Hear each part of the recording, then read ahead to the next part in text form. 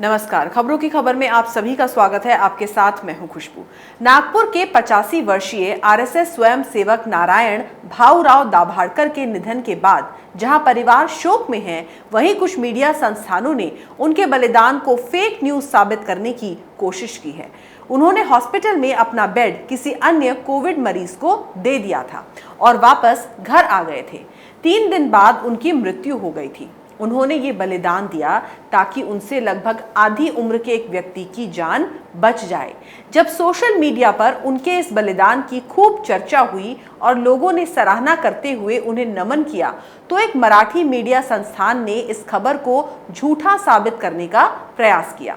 लोक सत्ता ने एक फैक्ट चेक कर इस खबर को गलत बता दिया, लेकिन उसने गलत हॉस्पिटल से संपर्क कर लिया। नारायण भाऊराव को उन्हें जानने वाले लोग दाभाड़कर काका कहकर संबोधित करते थे। लोक सत्ता का कथित फैक्ट चेक नागपुर के एक तथाकथित समाज सेवक शिवम थावरे की इंदिरा गांधी हॉस्पिटल के सुपरिंटेंडेंट अजय प्रसाद से हुई बातचीत पर आधारित है। इंदिरा गांधी हॉस्पिटल ने कहा कि उनके यहाँ नारायण भाऊराव दाभाड़कर नाम का कोई मरीज भर्ती ही नहीं हुआ था। ये स्पष्ट नहीं है कि उसने सरकारी इंदिरा गांधी हॉस्पिटल से संपर्क किया या नागपुर म्युनिसिपल कॉर्पोरेशन के इंदिरा गांधी रुग्णालय में। इंदिरा गांधी रुग्णालय में नारायण भाऊराव दाभाड़कर भर्ती थे। उनकी बेटी ने अब मराठी में एक वीडियो जारी करके चीजें साफ की हैं। लेखिका शेफाली वैद्य ने नारायण भाऊराव की बेटी आश्वारी दाभाड़कर का वीडियो शेयर किया, जिसमें उन्होंने बताया कि उनके पिता इंदिरा गांधी म्युनिसिपल हॉस्पिटल में एडमिट थे और उनकी हालत दिनों दिन बिगड़ती ही जा रही थी। डॉक्टरों ने उन्हें उनकी हालत के बारे में बताया भी था। मराठी वाला ये वीडियो आप भी सुनिए। तो इंदिरा गांधी हॉस्पिटल कॉर्पोरेशनचा गांधीनगरला तिथे मिळाला, पण माझ्या घरात माझे सासरे खूप बेडवरती म्हणजे 2 वर्षापासून बेडवरच आहे आणि आता अंत्यावस्था स्थितीमध्ये अगदी नाजूक स्थितीमध्ये म्हणून मी त्यांना सोडून जाऊ शकत नव्हती, कारण माझ्या मिस्टरांना पण खूप ताप होता। म्हणून त्यांना मी अँब्युलन्स बोलवली आणि माझ्या बहिणीला आणि जावयांना पाठवून त्यांना ऍडमिट करायला पाठवलं। तिथे त्यांनी ऍडमिटची पूर्ण प्रोसिजर केली, ऍडमिट केलं, त्यांना त्यांची ट्रीटमेंट सुरू केली। तर त्याच्यावरून त्यांना लक्षात आलं की यांचा ऑक्सिजन लेवल 50-55च्या तितक्यात घसरलेले आहे। बेटी के अनुसार जब उनके पिता अस्पताल में भर्ती थे तो उन्होंने बाहर बेड के लिए हंगामा सुना। तभी उन्होंने फैसला किया कि वो तो अपनी जिंदगी जी चुके हैं, इसलिए उनके द्वारा लिए गए बेड के कारण कहीं किसी युवा की जान ना चली जाए। ये बताते बताते आश्वारी दाभाड़कर रो पड़ी। उधर इंदिरा गांधी रुग्णालय ने भी इस बात की पुष्टि की है कि नारायण भाऊराव दाभाड़कर वहां भर्ती थे और उनका इलाज हो रहा था। इंडियन एक्सप्रेस की शीलू चिमुरकर को दिए गए एक बयान में हॉस्पिटल के इंचार्ज डॉक्टर ने कहा, दाभाड़कर को अप्रैल 22 को शाम 5:55 पर एडमिट किया गया था। उन्हें कैजुअलिटी वार्ड में एक ऑक्सीजन बेड पर रखा गया था। हमने परिजनों से कहा था कि अगर सिचुएशन बिगड़ती रही तो उन्हें किसी बेहतर हॉस्पिटल में ले जाना पड़ेगा। वो तैयार भी हो गए थे। शाम को 7:55 पर उन्होंने डिस्चार्ज होने की अनुमति मांगी। हॉस्पिटल के इंचार्ज डॉक्टर ने कहा कि उन्हें कारण तो नहीं पता, लेकिन उन्हें बेहतर हॉस्पिटल में ले जाने के लिए जरूर कहा गया था। उनके दामाद अमोल पाचपोर ने डिस्चार्ज लेटर पर हस्ताक्षर किए, जिसके बाद उन्हें डिस्चार्ज किया गया। इंडियन एक्सप्रेस की भी इस खबर में हॉस्पिटल के बयान के बावजूद भ्रम फैलाया गया और दाभाड़कर के एक परिजन से बयान के लिए दबाव बनाया गया, जबकि वो खुद कोरोना संक्रमित हैं। और तो और देश के लिबरल गिरोह की ओछी राजनीति की हद देखिए कि नागपुर में हुई इस घटना के लिए पत्रकार साक्षी जोशी सहित कुछ लोगों ने मध्य प्रदेश के मुख्यमंत्री शिवराज सिंह चौहान को जिम्मेदार ठहराया। पोल खुलने के बाद उन्होंने ट्वीट को चुपके से डिलीट भी कर दिया।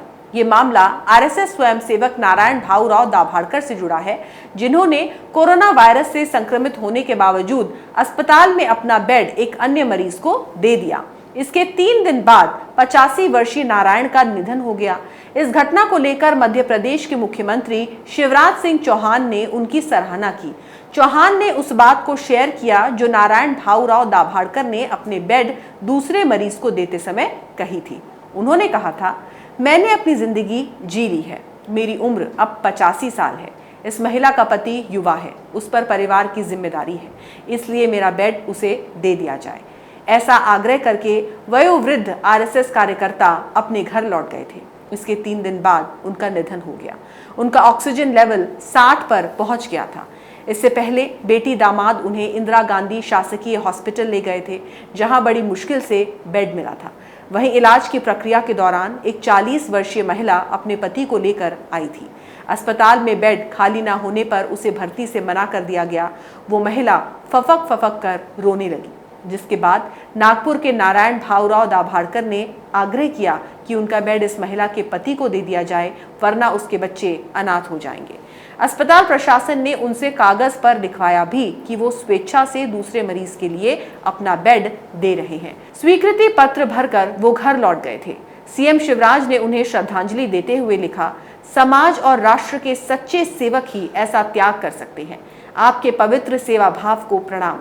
आप समाज के लिए प्रेरणा स्रोत हैं। पत्रकार साक्षी जोशी ने इसी ट्वीट पर प्रतिक्रिया दी। हाल ही में टीएमसी के चुनावी रणनीतिकार प्रशांत किशोर से पश्चिम बंगाल की मुख्यमंत्री ममता बनर्जी के शौचालय जाने को लेकर सवाल करने वाली साक्षी ने लिखा, दिल से सलाम और सम्मान आरएसएस के स्वयं सेवक नारायण जी के लिए, लेकिन आपके लिए नहीं शिवराज जी। वजह तो आप समझ गए होंगे, आप सीएम हैं। आपके सिस्टम के कारण नारायण जी को ऐसा फैसला करना पड़ा। साक्षी जोशी ने आगे लिखा, स्वयं सेवक तो आप भी रहे होंगे, लेकिन पद मिल गया तो कर्तव्य भूल गए। नारायण जी को मेरा नमन। जबकि यहाँ पर सच्चाई ये है कि नागपुर मध्य प्रदेश में नहीं बल्कि महाराष्ट्र में है और वहां के मुख्यमंत्री उद्धव ठाकरे हैं, जिनसे साक्षी जोशी जैसे पत्रकार सवाल नहीं पूछते। वहां बीजेपी विरोधी 3 दलों शिवसेना, एनसीपी, कांग्रेस की महाविकास आघाड़ी सरकार चल रही है, लेकिन दोष पड़ोसी राज्य के सीएम को ही दिया जाएगा, क्योंकि पत्रकार लिबरल गिरोह की है। तो इससे साफ है कि देश में पल रहा छोटा पाकिस्तान यानी कि लिबरल गैंग देश के बाहर वाले पाकिस्तान से ज्यादा खतरनाक है। ये गैंग कोरोना पर भी अपनी घटिया राजनीति करने से बाज नहीं आ रहा है और हमारे देश को खोखला करने का काम कर रहा है। इसे नोच नोच कर खा रहा है। ये गैंग ना तो देश की जनता में कभी सौहार्द बढ़ने देगा और ना ही लोगों की जान पर कालाबाजारी करना बंद करेगा। हम लोग एकजुट होकर कोरोना से तो निपट लेंगे, लेकिन इस जहरीले लिबरल गैंग से कैसे निपटेंगे, ये अपने आप में एक बहुत बड़ा सवाल है। इसका जवाब हम सबको जल्द से जल्द ढूंढने की जरूरत है। अगर आपको हमारा वीडियो पसंद आया तो इसे लाइक करें, शेयर करें और कैपिटल टीवी को सब्सक्राइब करें। नमस्कार। अगर आपको हमारा वीडियो पसंद आया हो तो इसे लाइक करें, हमारे चैनल को सब्सक्राइब करें और हाँ, बेल आइकन दबाना ना भूलें ताकि आप तक हमारे वीडियो की नोटिफिकेशन पहुंचती रहे। आप अपना सुझाव हमें कमेंट बॉक्स में दे सकते हैं। हमारे साथ जुड़ने के लिए शुक्रिया।